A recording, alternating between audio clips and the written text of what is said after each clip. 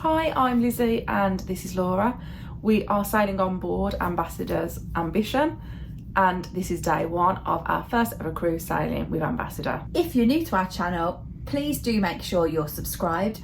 We release a new video related to our cruising travels every single week, so there's plenty for you to catch up on. This morning we left home in Birmingham at about 7:45 a.m.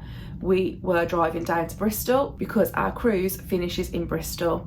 The itinerary of the week is we depart from Tilbury and then we are stopping in Honfleur, Guernsey and Plymouth before finally arriving in Bristol on day 6. We left home at about 7:45 a.m. and as it was Sunday morning, there was barely any traffic on the roads. It was a really easy drive down. We did make a little service station stop just because we hadn't had time for any breakfast or anything like that before we left home, and we knew we'd be sitting on a coach for a very long time once we got to Bristol. We arrived at Portbury just before 9:30. You have to drive through a police check and then it was really easy. You just parked your car there. You had to leave your parking voucher on display in the car, and then we got our suitcases out and walked quickly over to the coach. Our coach departure time was listed as 10 a.m. and there were a few coaches there picking people up.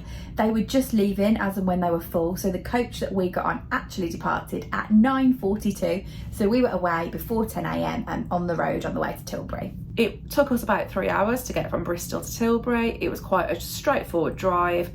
Coach was quite relaxing and we just enjoyed having a chat to each other on our journey. We didn't stop at a service station on the way down. There was a toilet on board the coach if anyone needed to go. We arrived in Tilbury for about 12:45 and the coach stopped directly outside the terminal building. There were already luggage porters there ready and taking the luggage off the coach before we even got off the coach ourselves.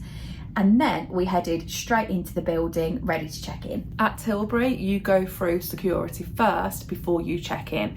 So it was all very smooth and quick because it was just basically our coach there being checked through. Once we had gone through security, we went to the desk, had photographs taken for the card, then picked up our cards at another table, and then we were on the ship before you knew it. As we arrived onto the ship, we were told we could head straight to our cabin, which we were keen to do so we could drop off our hand luggage.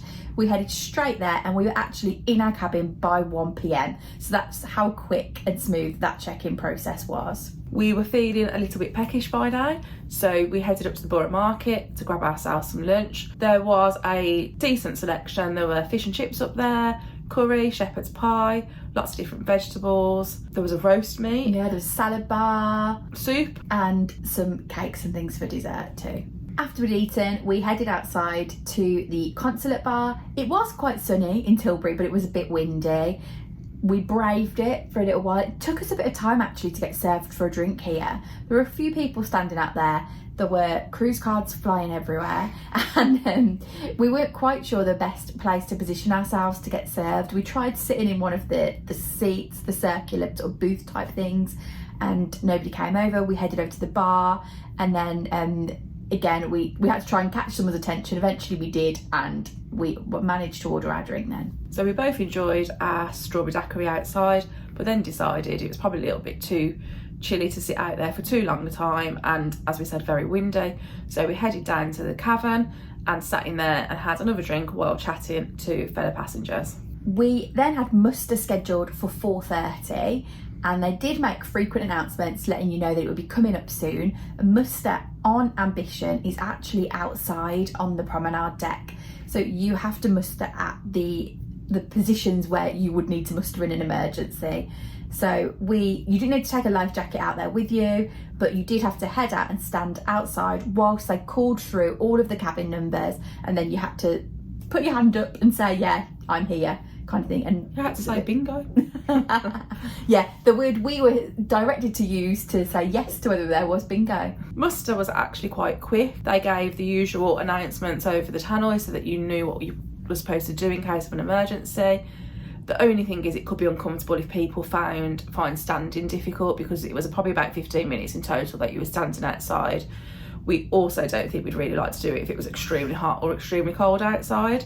We find being able to just watch it on TV a lot easier these days. During muster, we also found out that sailing on board this cruise would be 1,096 guests, probably the smallest cruise, well, not probably, this is definitely the smallest cruise we've ever done.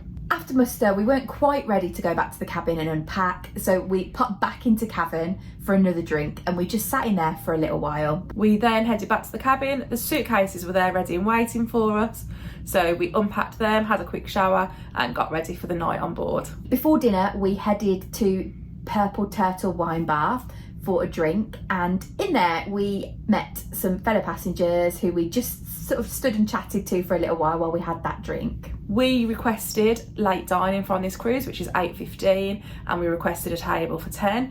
We are on at a table for 8, but there's 6 of us on there, and we're really enjoying their company so far. Throughout dinner we had some really good laughs. For dinner tonight, there were a few options actually that we were both interested in trying on the menu, and we'd already spoken to people that had dinner in the early sitting and got a bit of a heads up on what some of the good things to try were. So to start with, I had the beef pasty, and then for my main I tried the fish, which was plaice, and to be honest I wasn't massively keen on it. The texture wasn't quite right for me. And then I had the after 8 dessert, which was good. I always like a chocolate dessert, so you can never go wrong with that. I also had the pasty for my starter. For my main, I had lasagna, which I really enjoyed. It was quite a big piece of lasagna, but it was really nice.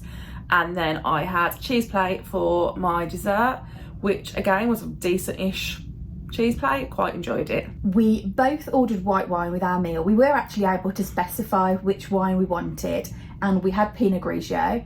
And this was topped up frequently through the meal. We have a drinks package on this cruise and they will only serve you wine by the glass on the drinks package, but the wine waiter kept coming back and filling the glasses up for us. After dinner, we then headed down towards the theatre. We grabbed a drink from Purple Turtle to take into the theatre with us. There are waiters serving in there, asking if you want drink orders, so you can also get served in there. In the theatre tonight, we had a performance from the ship's showcast. This was called My Destination, and it was set on a train and involved them singing Simon and Garfunkel songs and performing their way through a story using those songs. We enjoyed the show and we thought that the cast were very talented. We're looking forward to seeing what else they perform during this cruise. We then headed into Pendennis, which was where the late night disco was happening. It was busy in there and we just managed to get a seat as somebody else got up and left.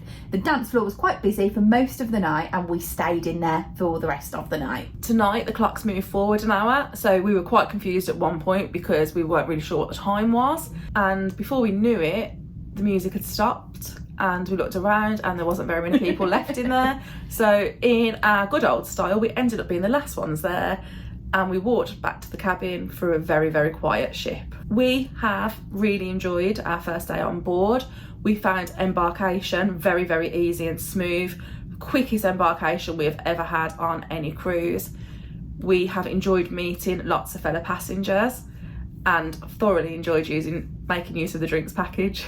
Thanks for watching. Don't forget to give this video a like and drop any questions you've got in the comments down below. Please also do make sure you subscribe to our channel. You can also find us on social media. We're Sisters on the Seas.